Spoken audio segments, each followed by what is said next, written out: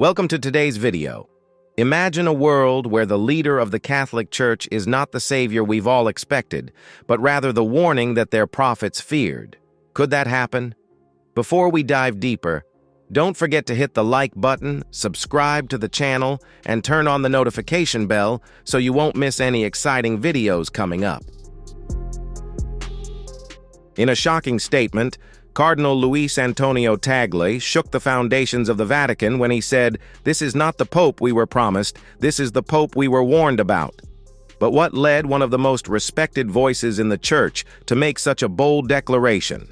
Don't forget to leave a comment with a 1 if you resonate with Cardinal Luis Tangle, or a 0 if you have a different opinion. Share your thoughts with us.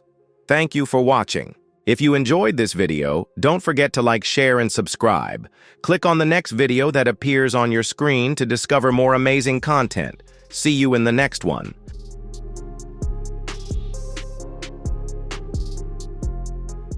Since unexpectedly ascending to the papacy in the 2025 papal conclave, Pope Leo XIV has redefined doctrine's centralized power and formed alliances that have made even the most loyal followers question his intentions. Now hidden prophecies and whispers of corruption are rising from the very heart of the Holy See, showing that his reign may not be salvation but darkness.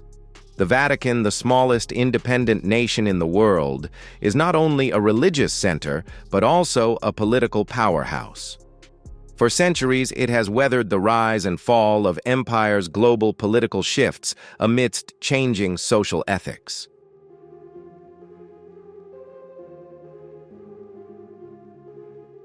But today, a storm is brewing within its ancient walls, and all attention is focused on one man, Pope Leo XIV. The world holds its breath as the white smoke rises from the Sistine Chapel, signaling that a new pope has been chosen. After Pope Francis passed away, the conclave was long and arduous, marked by whispered debates and fierce theological arguments.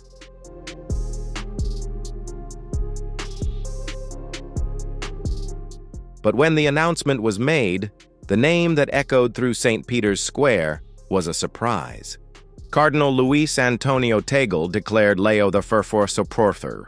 The election of Pope Leo XIV not only shocked those within the Vatican, but also the entire Catholic world. A figure both revered and feared, Leo XIV seems like a paradox.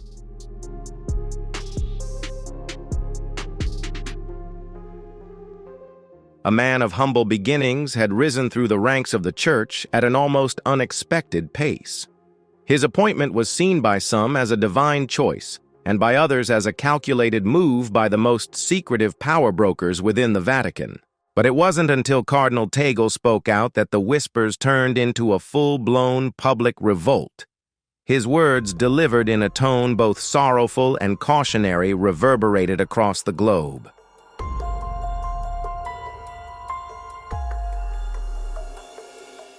"This is not the Pope we were promised. This is the Pope we were warned about." What could have led to such a statement? Cardinal Tangle, once considered a close ally of Pope Leo XIV, has now become one of his most vocal critics. This statement has not only stunned the faithful, but has also shaken the entire hierarchy of the Vatican.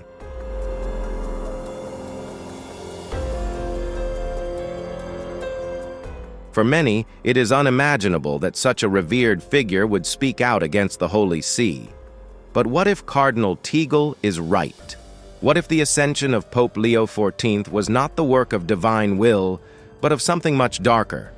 To fully grasp the gravity of Tangle's words, we must first explore the man at the center of it all.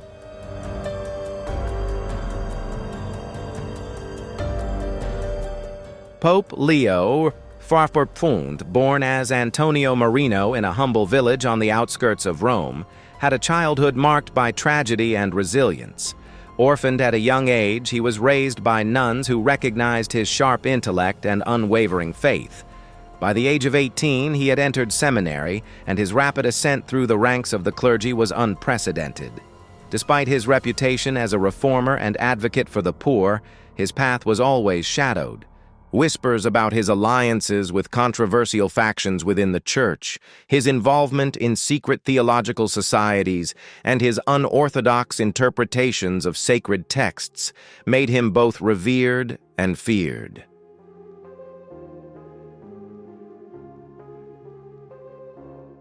However, his rise to the papacy was the most enigmatic of all.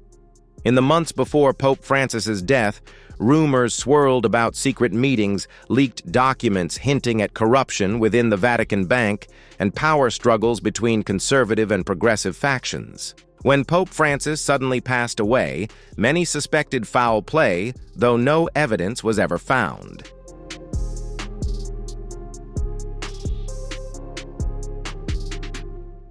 Within days, the conclave was convened, and the result shocked even the most seasoned Vatican watchers. Pope Leo XIV did not fit the mold of the gentle shepherd. His first public speech was marked by sternness that caught many off guard.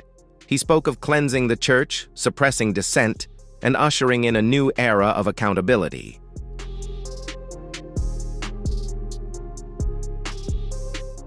Some hailed it as bold leadership necessary to cleanse the Church of decades of scandals.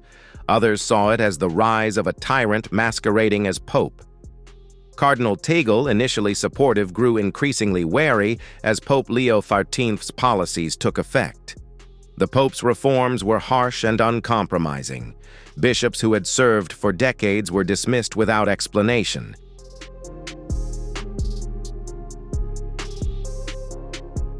Ancient traditions were abruptly abolished.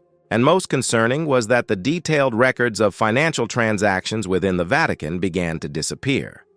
In a closed meeting or Senate, Cardinal Tangle first voiced his concerns. Those in attendance say the meeting was tense, as Tangle questioned the new Pope's vision and the potential consequences of his actions.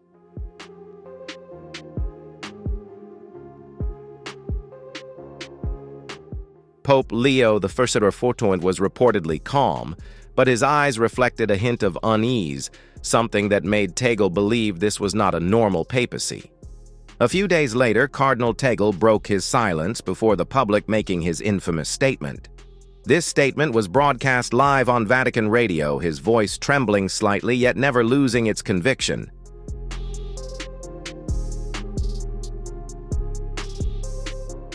His words cut through the air like a knife. This is not the Pope we were promised. This is the Pope we were warned about. The immediate backlash was swift. The Vatican issued a statement declaring that Cardinal Tangle's views were his own and did not represent the Holy See. However, within days, rumors emerged that Tangle had been investigated, his activities restricted, and his communications monitored.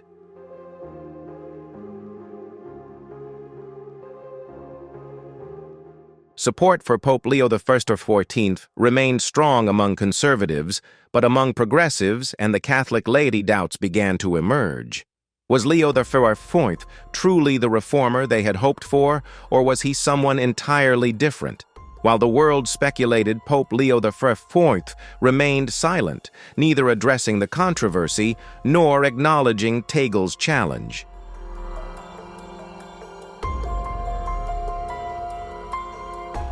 His austerity only fueled the fire, causing many to wonder what was happening behind the closed doors of the Vatican. The loyal followers were torn. Was Leo XIV the chosen shepherd to lead the Church through a period of turmoil, or as Tangle had warned, was he the dark figure in the prophecy? And if he was the latter, what would it mean for the future of the Catholic Church? Over time, many cardinals and bishops whispered their doubts in secret, yet remained loyal to the public.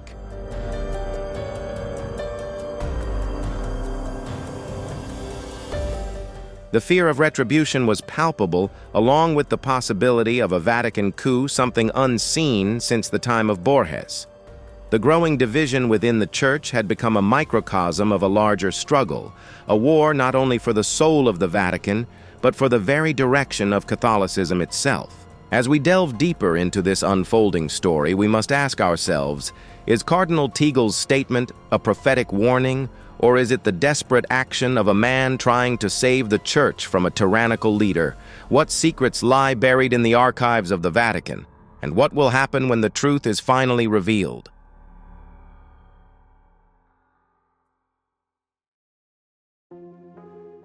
The whispers grew louder.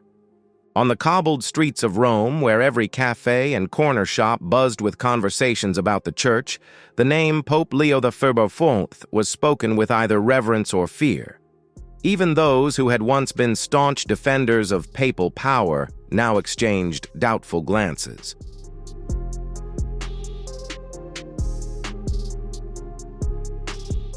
Cardinal Tangle's words had struck a nerve that resonated deep within the heart of the Catholic community and beyond. Those within the inner circle of the Vatican, the elusive shadows who had walked the marble halls and gilded rooms of the Holy See, whispered of secret meetings and midnight gatherings. Rumors circulated about documents being destroyed, records vanishing from the archives, and senior clergy suddenly reassigned to remote, forgotten parishes.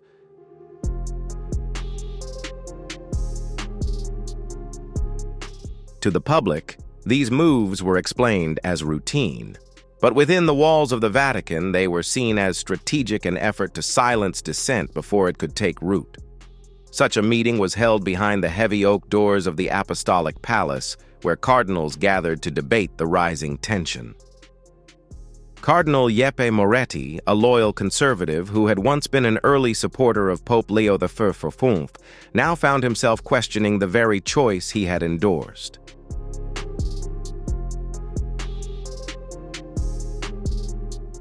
He promised reform, Moretti whispered to a colleague, but this is something else.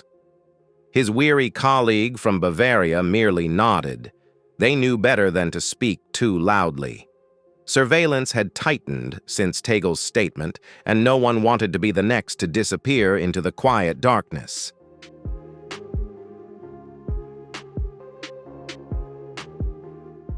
Outside the Vatican, the world watches with increasing fascination. The media continually reports on the simmering scandal, viewing it as a modern calculation aimed at the Catholic Church. Experts debate Tangle's words, dissecting every syllable as though it holds the key to some great revelation. Some see him as a disgruntled cleric bitter from losing influence.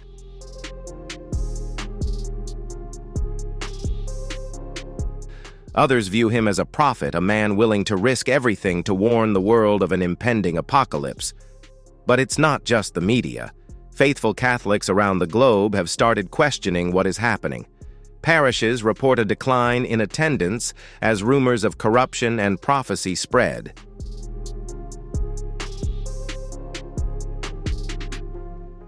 In Brazil, a country with one of the largest Catholic communities, entire congregations have held prayer services praying for wisdom and divine intervention. In the Philippines, Tangle's homeland, crowds gather outside churches, lighting candles and chanting prayers for the protection of their cardinal. He is not only seen as a whistleblower, but also as a martyr in the making.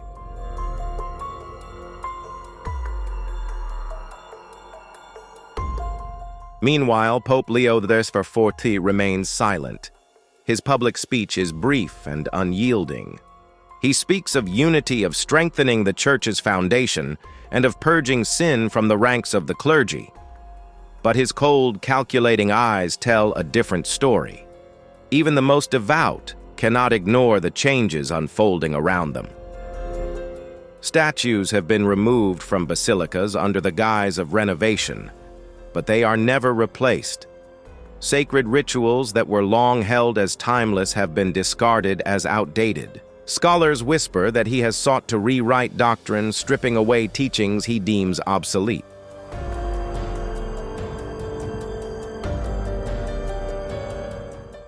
Cardinal Tangle, despite being stripped of many official duties, refused to remain silent.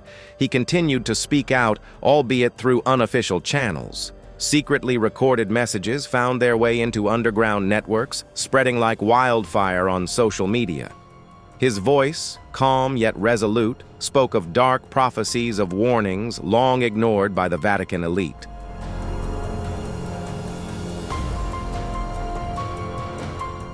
He referred to texts hidden in the Vatican archives, writings of early church fathers that spoke of a dark shepherd, a leader who would rise under the guise of piety but would lead the flock astray.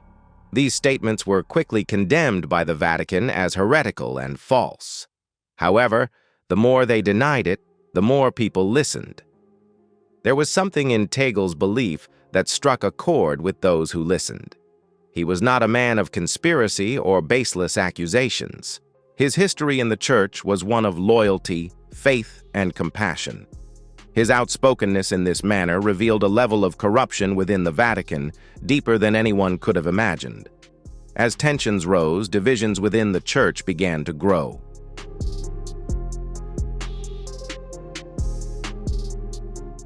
Two factions began to emerge.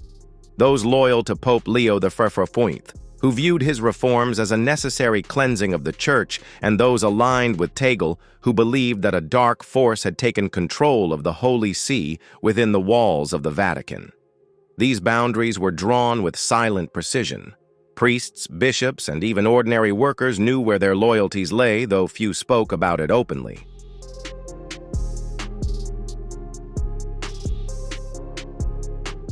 The tension reached its peak during the Corpus Christi festival, one of the holiest celebrations in the Catholic calendar. Traditionally, the Pope leads a procession through the streets of Rome, carrying the Blessed Sacrament and blessing the gathered crowds. But this year, Pope Leo XIV broke tradition. There was no procession, no blessing, only a televised message broadcast from within the Vatican. He spoke of change, of moving beyond the decay of tradition and embracing a new era of faith. His words were met with silence. The crowd, accustomed to the warmth and humility of Pope Francis, now stared at their screens in skepticism.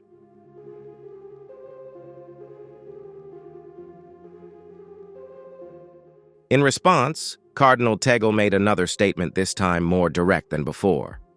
He accused Pope Leo XIV of attempting to destroy the foundation of the Church.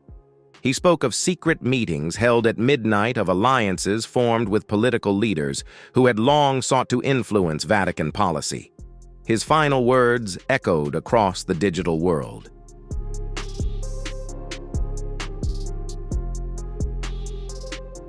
If we remain silent, we are complicit. If we turn our backs now, we may lose the Church as we know it. The Vatican responded swiftly. Tangle was officially stripped of his titles and placed under house arrest within the walls of his residence in Rome. Security was tightened and visitors were restricted. The message was clear: dissent would not be tolerated. But for many, this only reinforced Tangle's warning. If his words were mere imagination, why silence him? Why not allow him to speak and refute his claims? The loyal followers grew restless.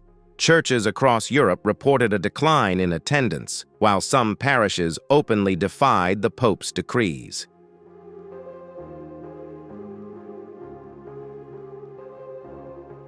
Bishops in Germany, Poland, and Spain called for an investigation demanding transparency from the Vatican.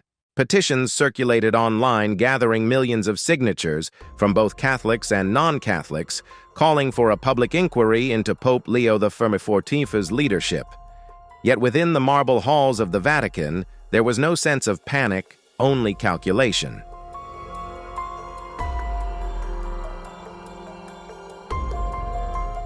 Pope Leo XIV continued his reforms unyielding and unmoved by the increasing instability. He appeared less in public, his speeches more controlled. When asked about Cardinal Tangle's accusations, he merely smiled and replied with a single sentence: "Faith is not built on fear." But fear had taken root.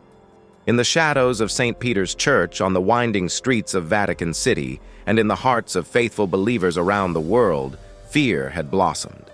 Fear that Cardinal Tangle's warning was not merely political dissent, but a prophecy. A prophecy now unfolding right before their eyes.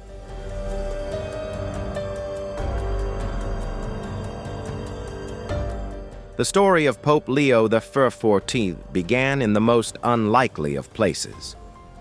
Antonio Marino was born in the shadow of the Roman Colosseum, in a narrow, cobbled alley that whispered the ancient past of Rome.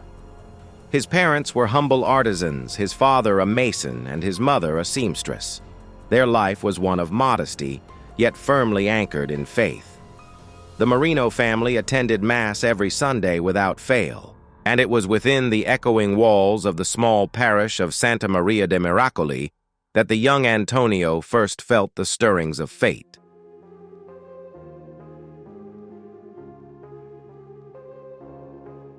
From a young age, Antonio stood out. While other boys played football on dusty streets or chased each other along the banks of the Tiber River, Antonio often sat absorbed in reading the Bible, his small fingers tracing the Latin verses with the reverence of someone much older than his years. His father would often signal that the boy was born with a rosary in one hand and a Bible in the other.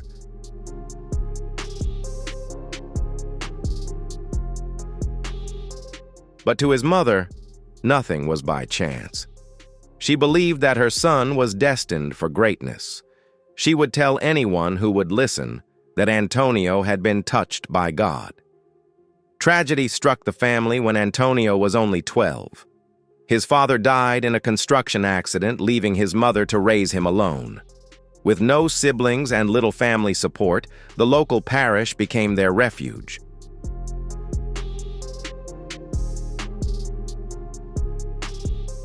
The priests, recognizing his devout nature and sharp intellect, took him under their wing. He served as an altar boy, assisting in the morning mass, and quickly learned the rites and rituals of the church. His ability to memorize scripture was flawless, and his understanding of theological concepts was astonishing for someone of his age. Not long after, the parish priest introduced Antonio to the seminary. His acceptance into the Pontifical Lateran University marked the beginning of a swift rise. At just 18 years old, Antonio Marino entered the seminary, a place steeped in tradition and guarded by centuries of secrets.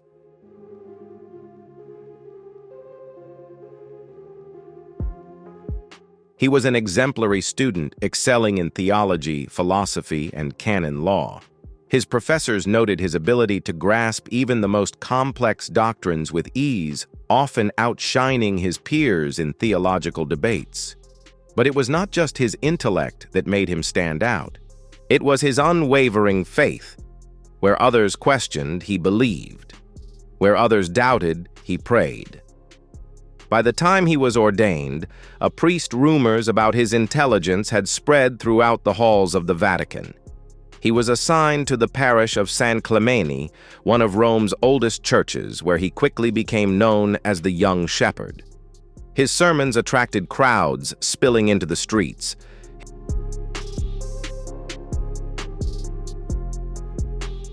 His voice, clear and unwavering, spoke of redemption, sacrifice, and returning to true faith. The parishioners claimed that his presence inspired devotion, that just listening to him speak was like a fleeting glimpse of the divine. Not long after, the Vatican took notice. In a surprise appointment, Antonio Marino was made bishop at the age of 35, one of the youngest bishops in modern church history.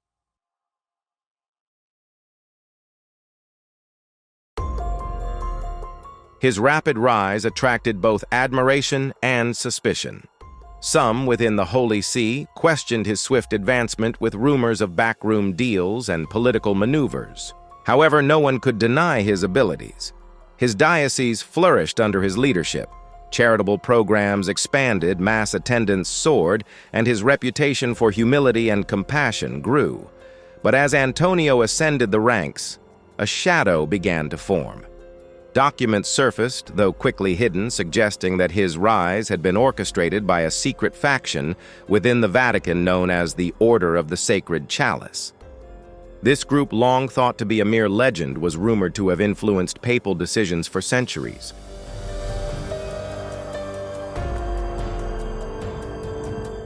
His mission was to restore the former glory of the Church, even if that meant bending the will of the leaders. Whispers circulated that Antonio was the vessel chosen by them, a man destined for greatness, destined to lead the church through a period of chaos. As for Antonio, he never addressed the rumors. He remained steadfast in his mission, entirely focused on his flock.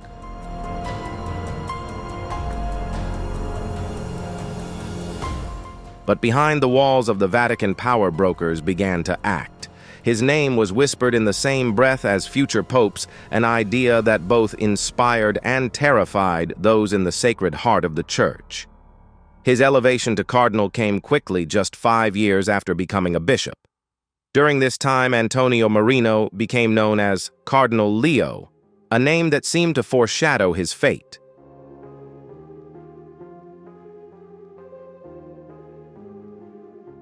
His influence grew not just within Rome, but across the global Catholic community.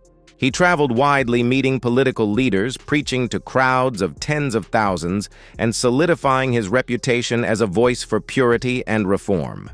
However, Cardinal Leo's rise was not without opposition. Traditionalists viewed his modern approach with suspicion.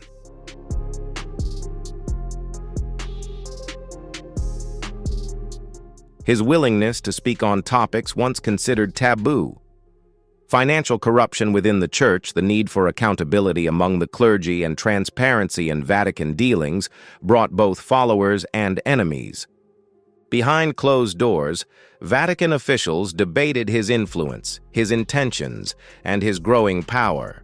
Some saw him as the answer to the Church's weakening influence in an increasingly secular world.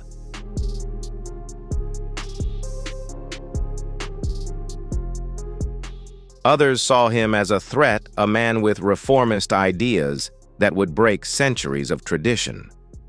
Pope Francis, nearing the end of his papacy, was said to have a fondness for Cardinal Leo, often calling him the young lion. Yet even the Pope's support could not ease the growing anxiety within the Curia. The real turning point came in 2024, when Pope Francis fell seriously ill. Rumors about his condition spread like wildfire.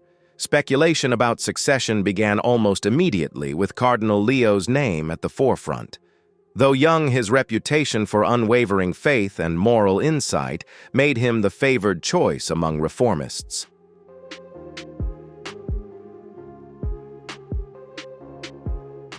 But inside the shadowed corridors of the Vatican, a war was unfolding. Secret meetings were being held. These meetings included not only cardinals, but also political leaders, financiers, and even members of the Sacred Chalice secret society. Documents were exchanged, handshakes were made, and the groundwork was laid for what many would later call a silent coup. When Pope Francis passed away in May 2025, the conclave was convened almost immediately. Cardinals from all over the world flocked to the Sistine Chapel, their crimson robes flowing like rivers of blood through the marble halls. The voting process, traditionally shrouded in secrecy, was rumored to be fierce. Factions emerged almost instantly, those seeking continuity with the Francis era and those seeking change.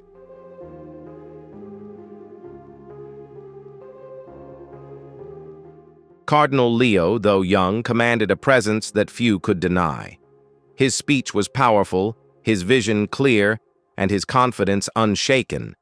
When the final ballots were cast and white smoke rose from the chapel's chimney, the announcement sent shockwaves around the world. Habemus Papam. These words echoed from the balcony of St. Peter's Basilica. The new pope, dressed in white, stepped forward with a humility that contrasted with his ambition. "I am Leo," he said, his voice steady and resolute. "Leo and the Teep." The crowd erupted in applause. But among the cheering crowds, there were those watching with concern, those who had heard the whispers of prophecy, and those who knew that power once attained is rarely relinquished. The papacy of Leo XIV had begun, and with it, the Church was about to enter the most chaotic era since the Reformation.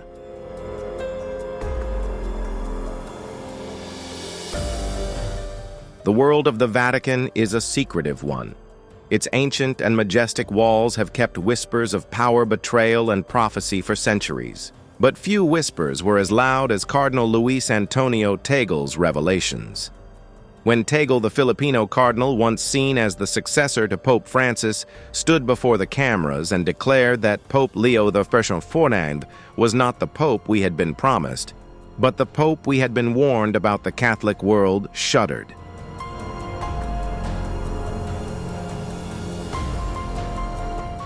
The Catholic world trembled. Cardinal Tagle had always been a man of deep faith and unwavering loyalty to the Church. His rise to power was marked by compassion, reform, and a deep connection with the poor and the disenfranchised. As Archbishop of Manila, his sermons spoke of hope and justice.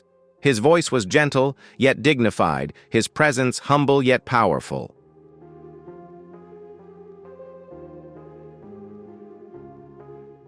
It was this presence that earned him a position at the highest echelons of Vatican power, where he became a trusted advisor to Pope Francis. To grasp the weight of Tagle's statement, we must first understand his relationship with Pope Leo XIV. Before Leo ascended to the papacy, Tagle and Cardinal Marino, now Pope Leo XIV, were considered ideological allies. Both supported reform in the Church, financial transparency and accountability, and a return to the simplicity of faith.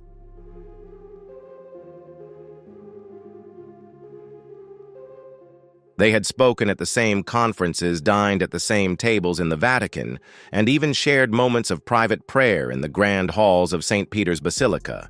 Their relationship was one of mutual respect, reinforced by a shared vision of a more modern and transparent Catholic Church. But something changed. Insiders at the Vatican noted the two men began to drift apart in the months leading up to the conclave.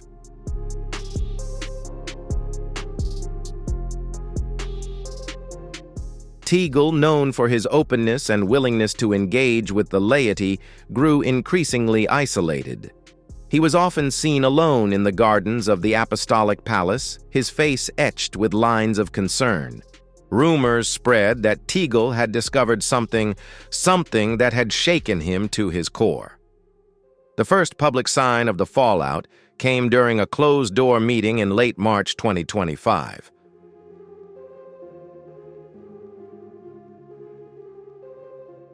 The meeting, which included top cardinals and advisors, was held to determine the Church's direction after Pope Francis's declining health was made public.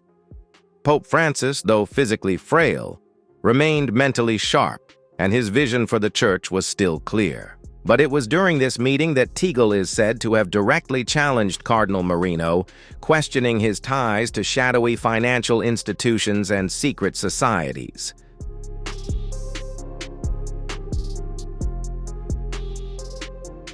Witnesses later described the atmosphere as tense and unnerving. Cardinal Marino, usually calm and soft-spoken, reportedly raised his voice, an unusual display of emotion from the typically stoic cleric. "You speak of her form, but your hands are not clean." Tagle was heard saying, his voice echoing through the marble chamber. The room fell silent. Accusing a cardinal of corruption is no small matter, but Tagle seemed undeterred. Marino, his eyes darkening with restrained fury, responded with cold composure. "Be careful, Louise," he replied. "The path you walk is narrow. Go too far and you may find yourself lost." The meeting ended in an uneasy silence, but the damage was done. Everyone present knew that something irreparable had happened between the two men.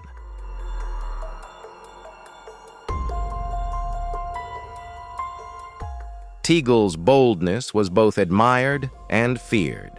He had crossed a line, one that most in the Vatican dared not approach. From that moment on, all of his activities were monitored, all his communications surveilled, and his influence gradually curtailed.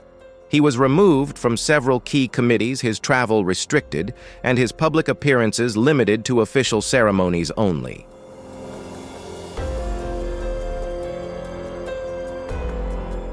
But Tagle was not easily silenced. In secret, he began meeting with reformist bishops and priests who had grown weary of the corruption seeping into the Church's highest ranks.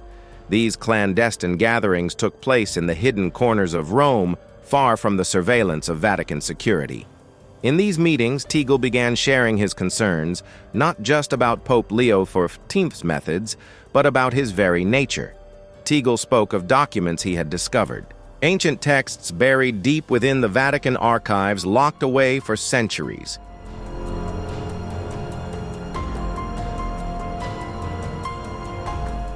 These texts, he claimed, spoke of a pope who would rise in later days, one who would lead the church not toward salvation, but into darkness.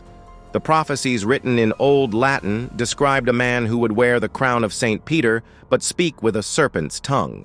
He would reform not to purify, but to control. His rule would be marked by secrecy, the destruction of tradition, and the silencing of dissent.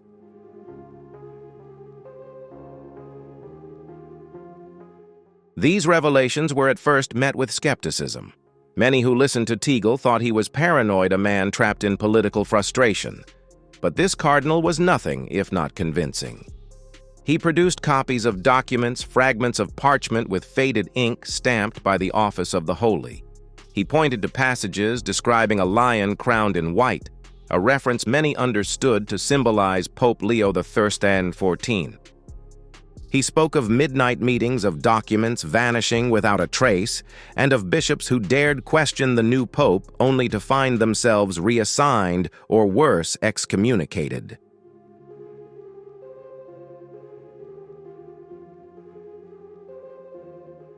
The more he shared, the wider Tangle's circle grew. Reform-minded bishops, long silent under the rigid hierarchy of Vatican politics, began to find their voices again. At first they spoke softly, then more boldly challenging Leo XIV's decrees and questioning his motives. Some even went so far as to call for investigations into his financial dealings and the rapid changes he was implementing.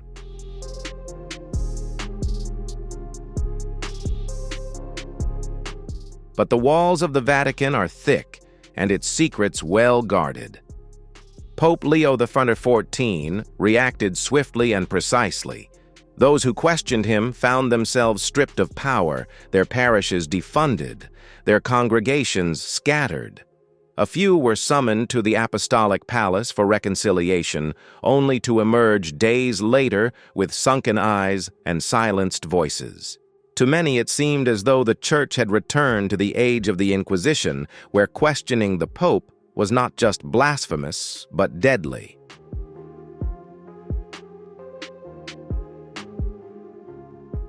Yet Tangle remained steadfast. His defiance became a beacon to those who saw in Leo XIV a darkness behind his calm demeanor. His sermons, once focused on charity and faith, now spoke of justice and truth. He called on the faithful to remain vigilant, to hold their leaders accountable, and to never turn away from corruption, even when it wore the face of sanctity. The Vatican moved to silence him. His public speeches were restricted. His access to Vatican media was tightly controlled.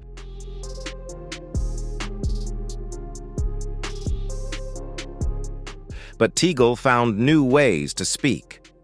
Underground networks of priests began to broadcast his messages, record his sermons, and spread them across the internet. His voice, once confined to the pulpit, now echoed across the globe. Faithful Catholics listened in secret, gathered around laptops and smartphones, drinking in his words with a mix of desperation and hope. And it was in one of these clandestine broadcasts that Tangle delivered his most powerful message yet.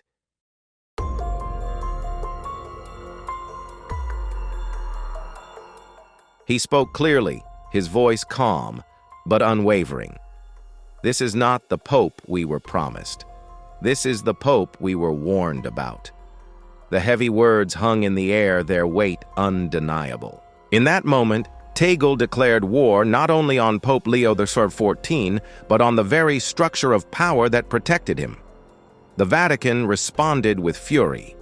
Tangle was stripped of his title, his assets seized, and his supporters threatened with excommunication. But the fire had already been lit. Across the world, Catholics began to ask questions. Parish doors once closed to debate now opened again, and whispers of rebellion stirred the faithful. In the shadows of the Vatican, Tangle's prophecies simmered, awaiting the moment to ignite.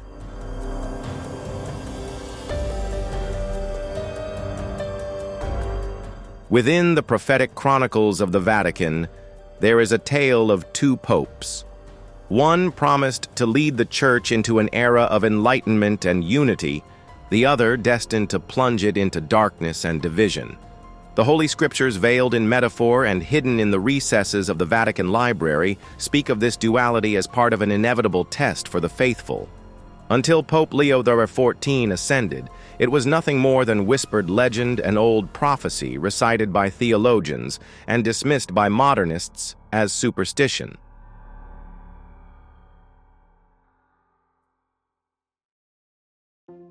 But now the faithful must ask who Leo XIV truly is. To grasp the gravity of Cardinal Tangle's claim, one must delve into the prophecy itself. The documents believed to be written by a 14th-century anonymous monk named Friar Martino were discovered buried within the walls of an abandoned monastery in northern Italy.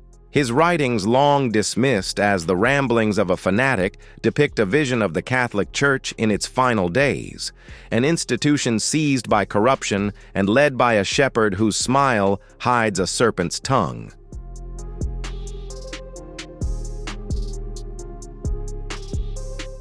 This figure, Martino wrote, would be hailed as the promised pope, a leader who would purify the Church of sin and restore its holiness. But there was a catch, a dangerous trap.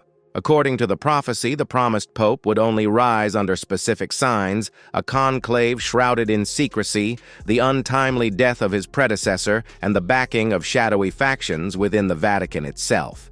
His election would be marked by division and unrest, both within the Church and across the world. Martino described it as a cleansing fire that would burn away the impurities of faith. But his warnings did not stop there. Reflect on these prophecies and be cautious of the dangerous trap they may bring. Are we standing at a historical turning point or facing a deep crisis within the Church? Don't forget to share your thoughts and leave a comment below this video.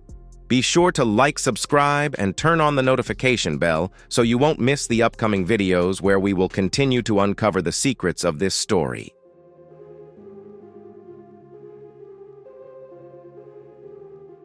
Beneath the promise of reform, Martino spoke of a deeper threat, a warned pope, one who would disguise himself as the promised one, but instead lead the flock astray. This pope, the writings foretold, would come with grand proclamations of change and unity, but in truth would destroy the sacred traditions of the Church. He would hide his true intentions under the guise of modernization while secretly consolidating power, silencing opposition, and rewriting the very doctrines that defined the faith.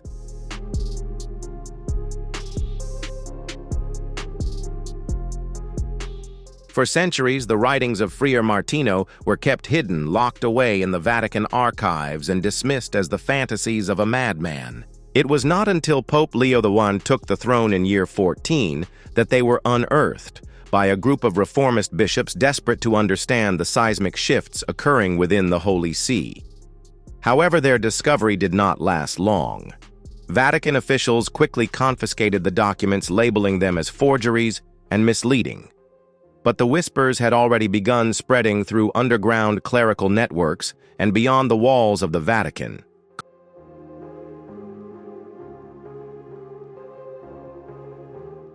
Cardinal Tangle, renowned for his scholarly depth and theological insight, was said to have seen the text with his own eyes.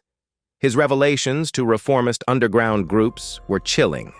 Tangle believed that Leo XIV had risen under the guise of the promised pope, but was in truth the very old pope Martino had foreseen. His declaration, "This is not the pope we were promised. This is the pope we were warned about," did not come from dissent, but from prophecy.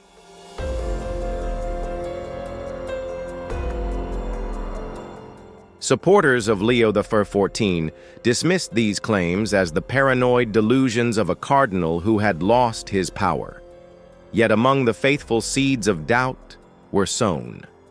Church attendance began to wane in certain regions, and whispers of apostasy grew louder. To understand the depth of this division, one must consider the contrasting visions of the promised and the warned pope as described in the prophecy.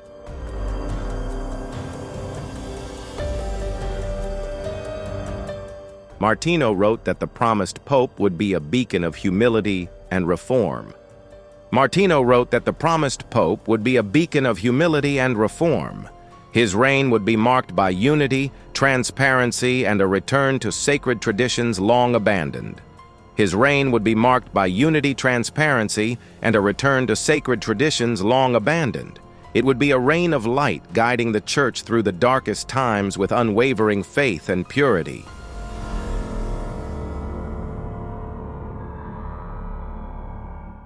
The early days of Pope Leo XIV hinted at such promises. His election was praised as a sign of rejuvenation.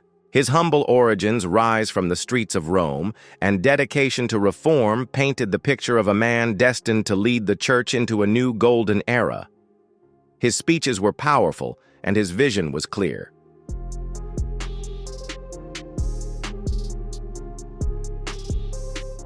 He spoke of ending corruption, restoring trust, and leading the flock with a firm yet gentle hand. For many, it was the dawn of a new era. But cracks began to appear.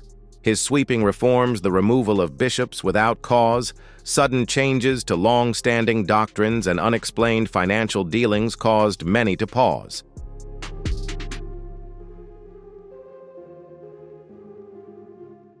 Rites that had been part of Catholic tradition for centuries were cast aside in the name of modernization. The Latin Mass, long considered the Catholic liturgy, was restricted. The Pope who was promised was one who would restore tradition, not dismantle it. He was to unify, not divide. However, every decree from Pope Leo XIV seemed to push the Church further away from its roots. Cardinal Tangle's warnings began to gain new weight. The division within the Vatican deepened.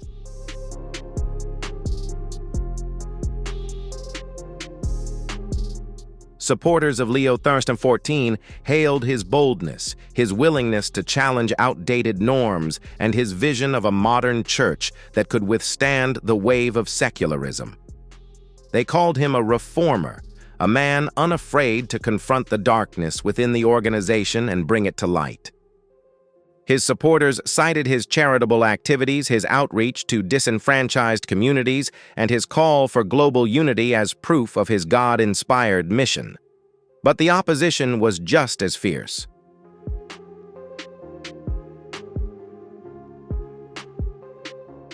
Among the reformist bishops and traditionalists, Leo XIV was seen as a wolf in sheep's clothing. They accused him of concentrating power, silencing dissent, and stripping the sanctity of rituals to favor political influence. Secret meetings were held in hidden chapels and underground halls, where bishops and priests shared their fears and visions.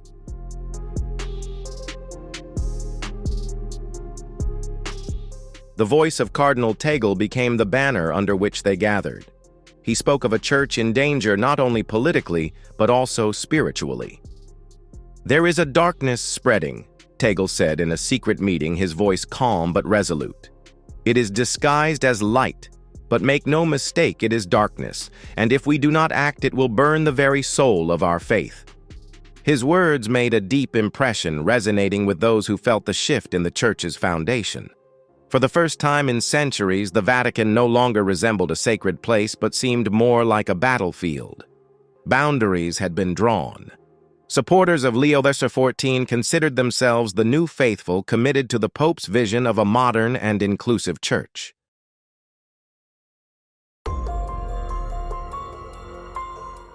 Those who criticized him taking on the nickname of the Protectors vowed to safeguard the sacred traditions of Catholicism at all costs. Within the walls of the Vatican, the tension was palpable. Meetings became secretive. Loyalty was questioned, and even longtime friends found themselves on opposing sides of the divide. Friar Martino's prophecy was no longer a distant whisper.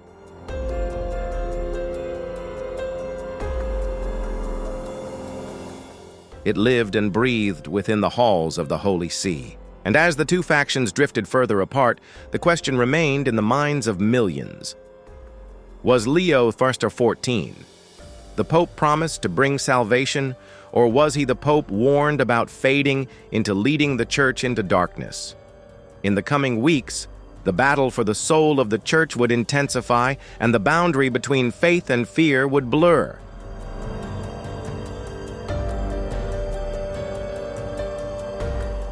The promised pope and the warned pope are no longer legends. They are real, and their conflict has only just begun.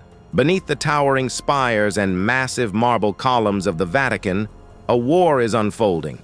This is not a war fought with swords or guns, but with whispers and shadows, with secret meetings and coded messages passed through trusted hands.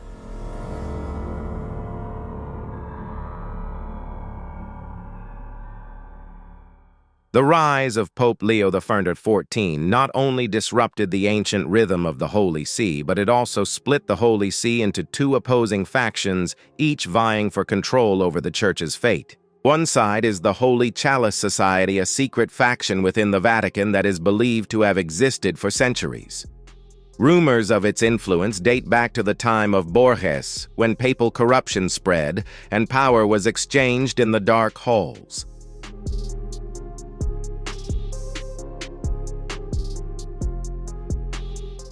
Officially, the society does not exist. It is a ghost organization, a legend whispered among the clergy and dismissed by modern scholars. But within the walls of the Vatican, its presence is undeniable.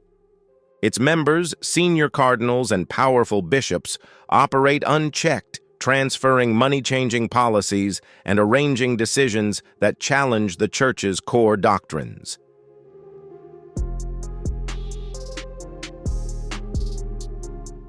Their loyalty to Pope Leo XIV is absolute. They see in him the embodiment of the change they have long sought, a leader unbound by tradition and unyielding in his efforts to modernize. For his part, Leo XIV has accepted their support. His sweeping reforms, including the removal of conservative bishops and the closing of ancient seminaries, have been carried out with precision and efficiency. Those who question his authority find themselves reassigned to distant parishes, stripped of influence, or in the most extreme cases, excommunicated.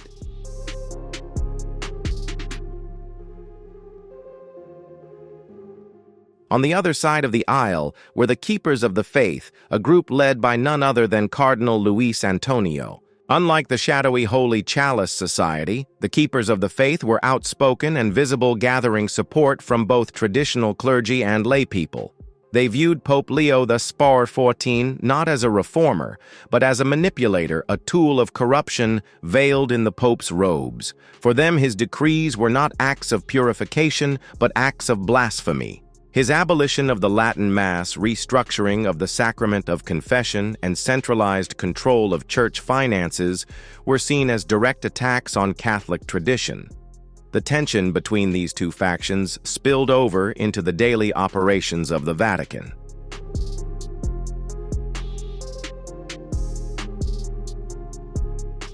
Meetings once conducted with order and civility became battlegrounds of debate and veiled threats. Cardinals who had shared a brotherly bond for decades now eyed each other with suspicion. Some even refrained from speaking out, fearing their words would be twisted and used against them. The Vatican Gardens, once a peaceful space for contemplation, now became the backdrop for secret conversations held under the watchful eye of the Pope's guards.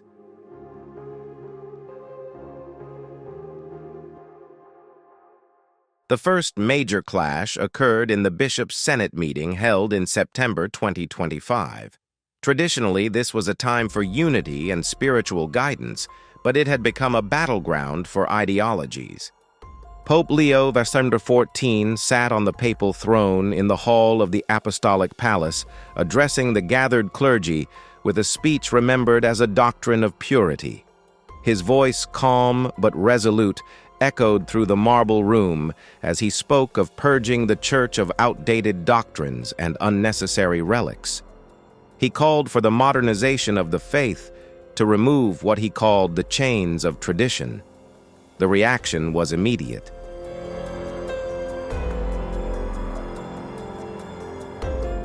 Cardinal Tangle rose from his seat, his face pale but resolute. His voice, usually soft and steady, carried the weight of authority that silenced the entire room. Tradition is not a chain, he declared, his eyes fixed on Leo XIV. It is the foundation upon which our faith is built. To break it is to destroy the Church itself." The room held its breath. Pope Leo XIV remained unshaken. He simply smiled, a thin curve on his lips, showing neither warmth nor anger. "Faith is eternal," he responded smoothly. "Tradition is merely a vessel. The vessel can change. The faith remains." Those words would haunt the Vatican for months to come.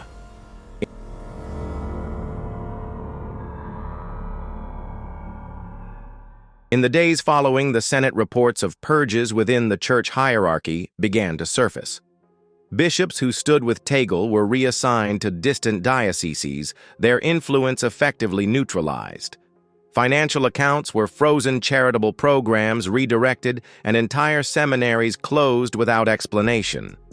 The power of Leo XV grew tighter, and dissenting whispers grew louder.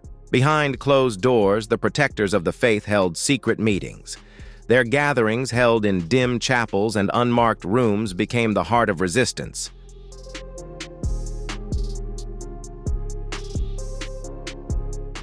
Cardinal Tangle led these meetings with quiet authority, urging restraint but acknowledging the growing danger.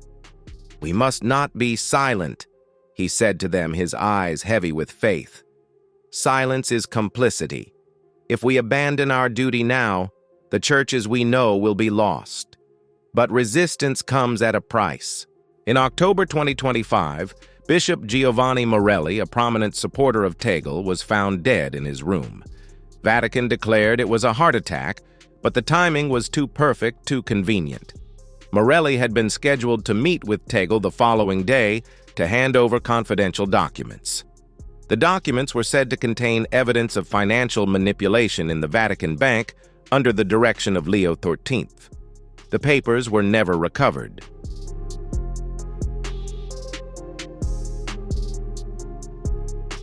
Fear crept through the ranks of the Guardians.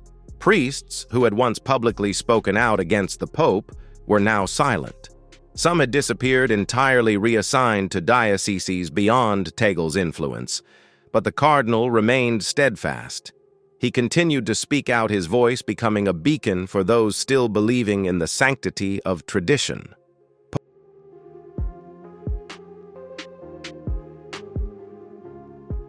Pope Leo XIV, for his part, showed no signs of hesitation. His decrees became bolder, his speeches more forceful. In November, he announced the Papal Consolidation Act, a sweeping measure placing all financial activities of dioceses under direct control of the Vatican. The justification was transparency, but the real purpose was clear. It was about power. The wealth of the Church, long decentralized between bishops and dioceses, now flowed through the hands of a select few in the Apostolic Palace. Critics called this the greatest consolidation of power since Pope Pius IX. This move sent shockwaves through the Catholic community. Churches across Europe and the Americas began to feel alienated.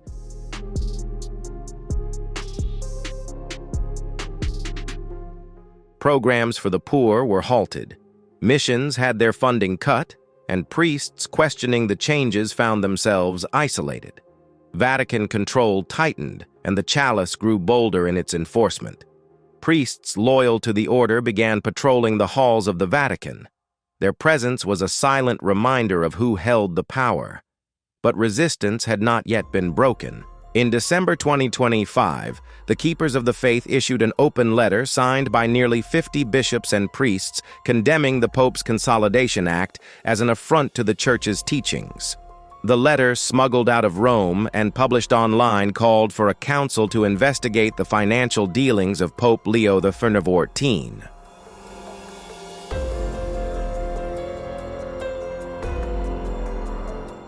It was a bold move, marking the first real act of rebellion since his ascension. Pope Leo XIV responded with force. Hours later, the Vatican press office issued a statement condemning the letter as subversive and against the unity of the Church. 5 of the signatories were immediately excommunicated, their parishes dissolved, and their congregations scattered. Those still loyal to the keepers faced constant surveillance, their communications monitored, and their meetings disrupted. However, with every act of suppression, the resistance grew stronger. Underground masses were held led by priests who refused to abandon tradition. The Latin Mass, now banned in many dioceses, had become a symbol of defiance.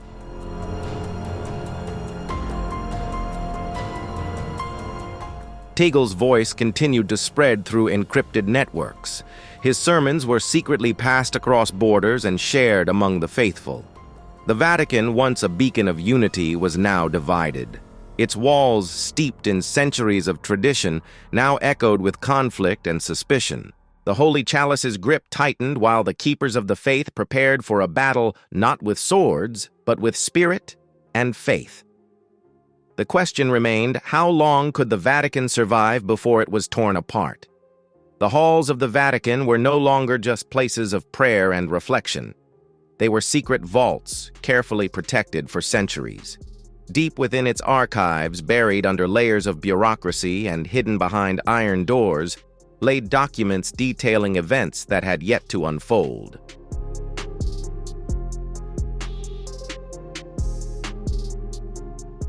Prophecies have existed since the early days of the Church.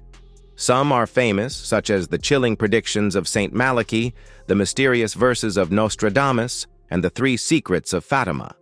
But there are also other prophecies, darker and more cryptic, deliberately kept hidden from the public eye for fear of the chaos they might cause. Among these forbidden scrolls is Cex Vatica Obscura, an ancient book so old that its leather cover has cracked with time. Written in ancient Latin and sealed with the papal seal of Pope Innocent III, it is said to contain images of the final days of the Church. The images depict a portrait of corruption, betrayal, and a leader whose rise will mark the beginning of the end.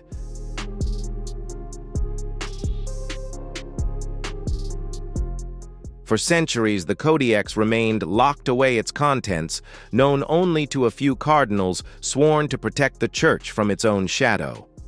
The prophecy in the Codex speaks of a leader who will rise during a time of great division, a shepherd dressed in white with a smile that hides the fangs of a serpent.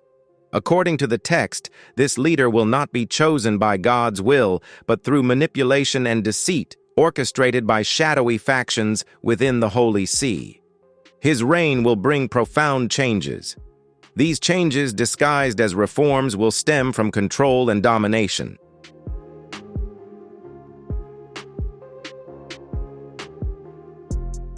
Tradition will be broken, sacred rites abolished, and those who oppose him will be silenced mercilessly. For centuries, the prophecy was considered heretical, a relic of medieval superstition. But with the rise of Pope Leo XIV, whispers of Cex resurfaced. Insiders within the Vatican began drawing undeniable parallels. His rapid rise, the sweeping purge of conservative bishops, and his relentless modernization of the Church seemed to reflect the dark predictions recorded in the Codex. Cardinal Tangle, who had spoken out against Leo XIV and been placed under surveillance, was rumored to have read the entire Codex.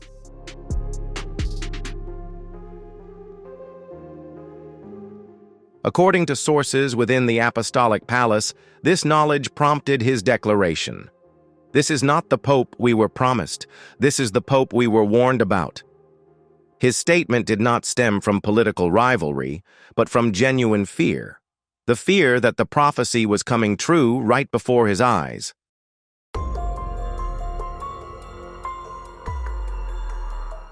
Cex Vaticana Obscura is not the only prophecy pointing to Leo as the dark role of the 14th. Centuries ago, St. Malachi, the 12th century Archbishop of Ireland, recorded what became known as the prophecy of the popes. In his vision, Malachi listed 112 future popes, each identified by a short symbolic phrase. According to his works, the final pope, whom he called Petrus Romanus, or Peter the Roman, would lead the Church through a great tribulation culminating in its destruction.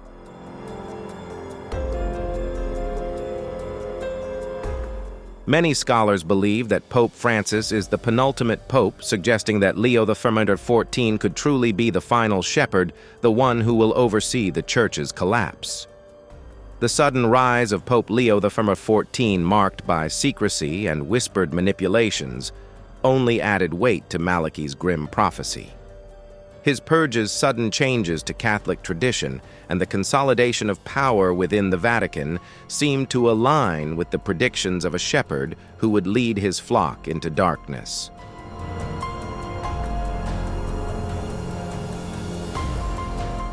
His insistence on restructuring financial control, silencing dissent, and reshaping church doctrine has been widely regarded as a direct fulfillment of Malachi's prophecy.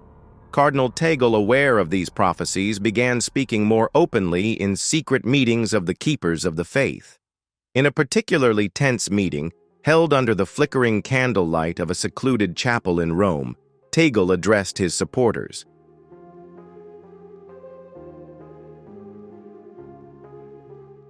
His voice, usually calm and measured, trembled with urgency. "These are not just stories," he emphasized, gripping the pulpit with both hands. "The Codex, the works of Malachi, they are warnings, warnings that we are on the brink of something catastrophic. Pope Leo XIV is not the pope we were promised. He is the one we were warned about. He is the shepherd who will scatter the flock." His words rippled across the room. Priests, bishops, and laypeople gathered, exchanging fearful and skeptical glances. Many had doubted it, but were too afraid to voice their concerns. Now, with Tangle's statement, their fear had been named. The prophecies were real, and they were unfolding right before their eyes.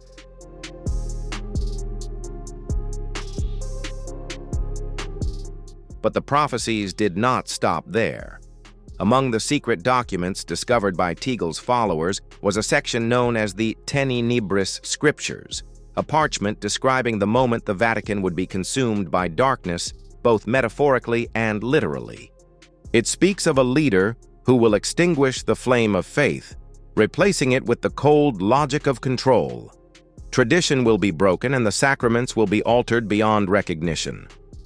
More frighteningly, the Tenebris Scriptures describe a day when the light of St. Peter's Basilica will go out, a sign that the Church has been engulfed by darkness.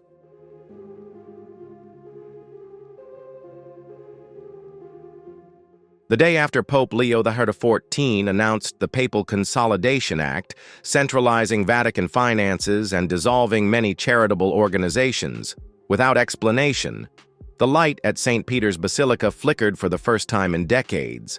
The power outage lasted only a few seconds, but for those who knew the prophecy, it was enough. Loyalists began to whisper and gather in silence.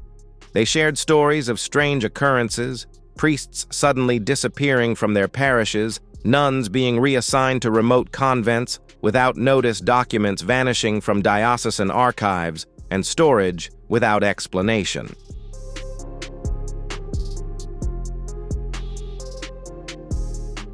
Some speak of shadows seen moving through the windows of the apostolic palace, late at night, shadows that belong to no known guards or clergy.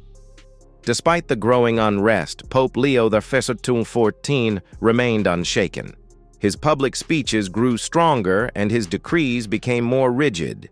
He spoke of unity, strength, and purging the Church of its rotting past.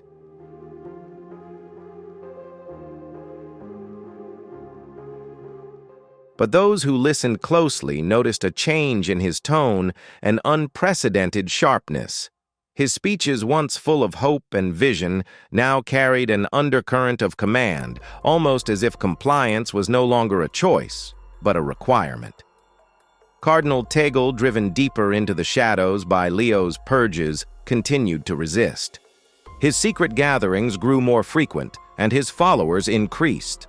Among the keepers of the faith, he became known as the protector of tradition. His persistence in preserving the old ways became a rallying cry for those who believed the Church was sliding into darkness. As 2026 began, the lines had been drawn.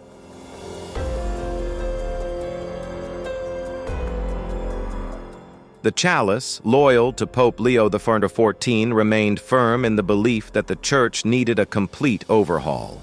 The faithful followers of Tangle saw Leo XIV's reign as the fulfillment of the prophecy, a warning that the Church was being besieged from within.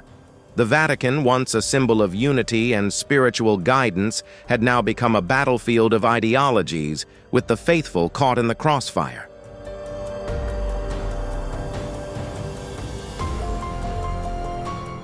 And amidst it all, the prophecies cast long, dark shadows over the Church's future. Will Leo XIV's reign mark the beginning of a new era of power and reform? Or as CEX Vaticana Obscura warned, is it the final step toward an irreversible darkness? The rise of Pope Leo XIV has not only sent shockwaves through the halls of the Vatican, it has spread outward, shaking the foundations of political and global stability.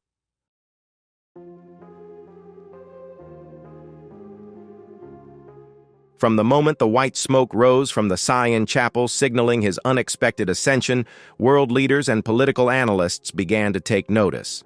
This was not a typical papal election. It was a seismic shift, one that had implications far beyond the sacred walls of the Holy See. From the outset, Leo XIV established himself as a pope unlike any in recent history.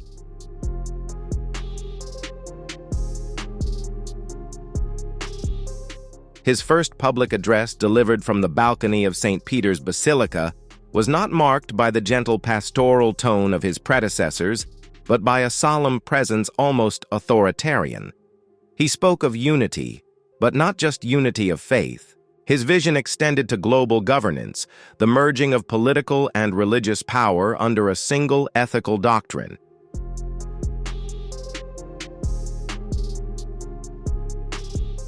It was a bold statement, one that sent ripples of concern across secular governments and religious organizations.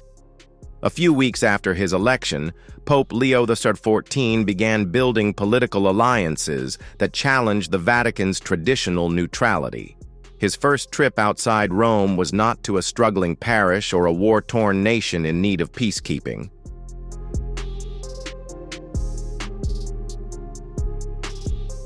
It was to Moscow.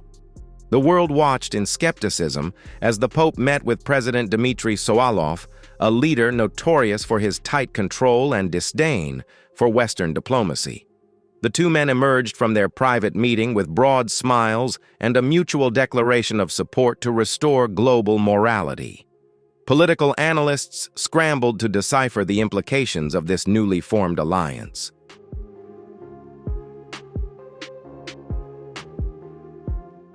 For decades, the Vatican maintained a cautious distance from Russia, condemning its human rights violations and aggressive stance toward neighboring countries. But the visit of Pope Leo XIV marked a significant change. Some speculated that it was a strategic move, an effort to strengthen the Church's influence by aligning with regimes that shared his vision of centralized power and absolute control.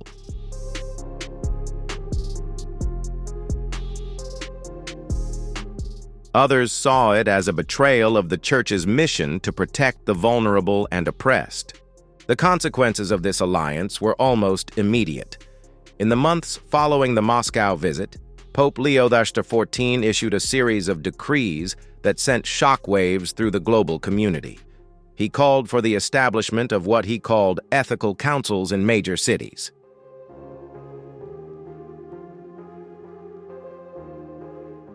The Vatican appointed representatives to work with local governments to ensure ethical governance and adherence to spiritual values. This announcement sparked outrage across Europe and the Americas, where secular governments accused the Vatican of overreach.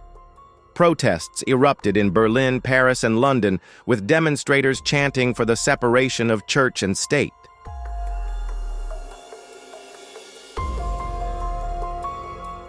In response, Pope Leo XIV doubled down. He appeared on global broadcasts, speaking not just to the faithful but to the entire world.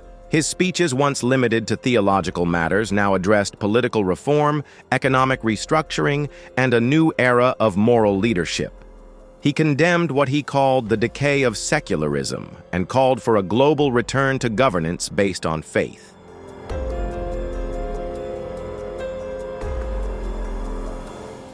His sharp and unwavering rhetoric received praise from authoritarian regimes and scorn from democratic nations. The United Nations called a special session to address the growing influence of the Vatican under Leo XIV. Representatives from Western nations voiced their concerns, accusing the Pope of blurring the lines between religion and state.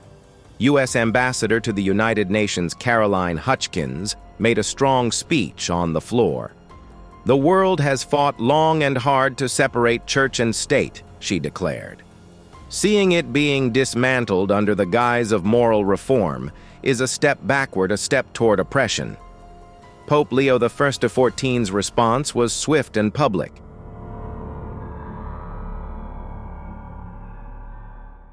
In a televised address broadcast from the Vatican, he accused Western powers of abandoning faith and accepting moral decay. His speech, translated into dozens of languages, called for a spiritual governance awakening a thinly veiled endorsement of theocratic regimes. His words resonated deeply in regions where faith still strongly influences political life, including South America, parts of Africa, and major areas in Eastern Europe, which saw an immediate increase in support for the Vatican's new policies.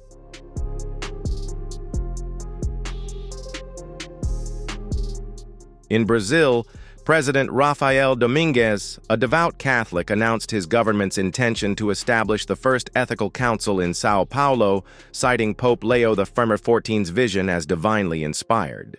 Within weeks, similar announcements were made in Hungary, Poland, and the Philippines, where local leaders praised Leo XIV as a boon for global renewal.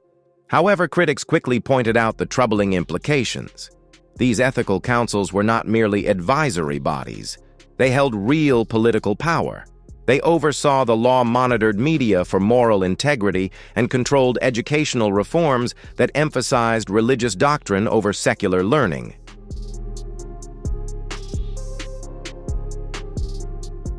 Vatican's influence not only grew politically, but economically. Leo XIV established the International Church Fund, a financial organization designed to support governments and projects aligned with the Vatican. Nations loyal to the Pope's vision received generous loans, debt forgiveness, and economic aid, all in exchange for adherence to Vatican principles.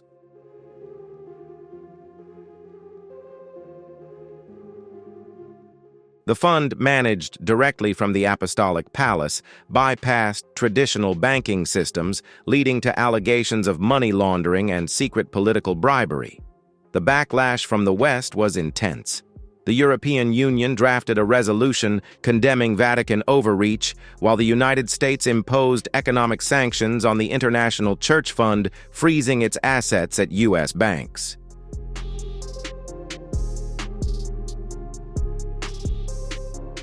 However, Leo XIV remained unyielding.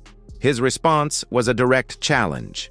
He called for a second Holy Alliance, inviting faith-driven nations to join him in opposing what he called the secularization of souls. World leaders watched with growing concern as the influence of the Vatican spread. It was no longer just a spiritual leader, but a global political force, reshaping alliances and dictating policies under the banner of moral restoration.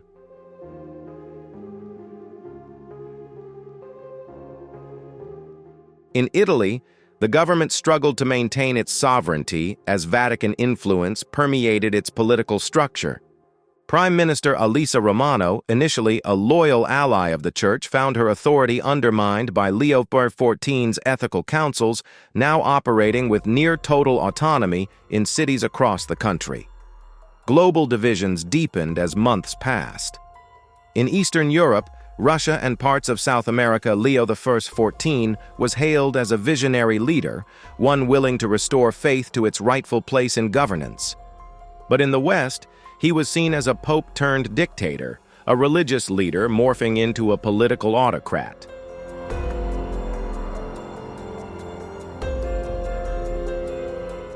Protests became more frequent, and tensions between secular governments and regimes aligned with the Vatican grew more pronounced. The impact was not felt just by political leaders. Ordinary Catholics across the world found themselves drawn into the ideological war. Churches in free cities faced vandalism. Priests were attacked, and congregations were divided between those supporting Leo XIV's vision and those seeing it as a betrayal of Catholic principles. Families were torn apart by the rift. Friends turned into enemies over dinner table debates about faith and politics. The Vatican had always been a beacon of unity for Catholics around the world.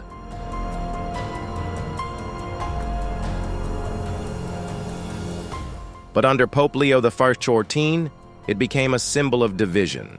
His vision of a new global order, one intertwined with faith and governance, threatened the very foundation of modern democracy. However, his influence continued to grow. The International Church Fund gained new members every day, and ethical councils sprang up across nations willing to adopt his doctrine. Good or bad, the Vatican was no longer just a spiritual force. It had become a political giant with influence far beyond the borders of Rome.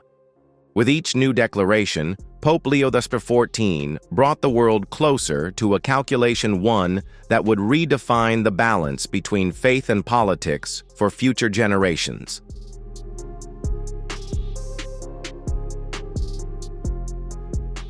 From the moment Pope Leo XIV ascended, it was clear his vision for the Catholic Church was unlike any before. His speeches no longer spoke of preservation, but of transformation. His sermons broadcast globally carried an urgent tone, as though the Church stood on the edge of something profound. And then the changes came swiftly, uncompromisingly, and completely dismantling doctrines that had stood for centuries. The first signs of transformation emerged within weeks of his election. In a televised speech that echoed through the marble halls of the Vatican and into the homes of millions, Leo XIV announced the formation of the Church Reform Commission.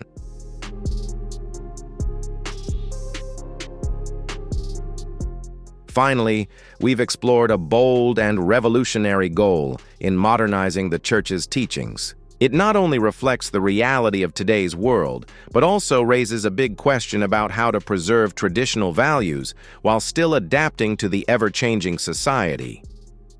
What do you think about these perspectives? Don't forget to leave a comment with a 1 if you resonate with this story, or a 0 if you have a different opinion.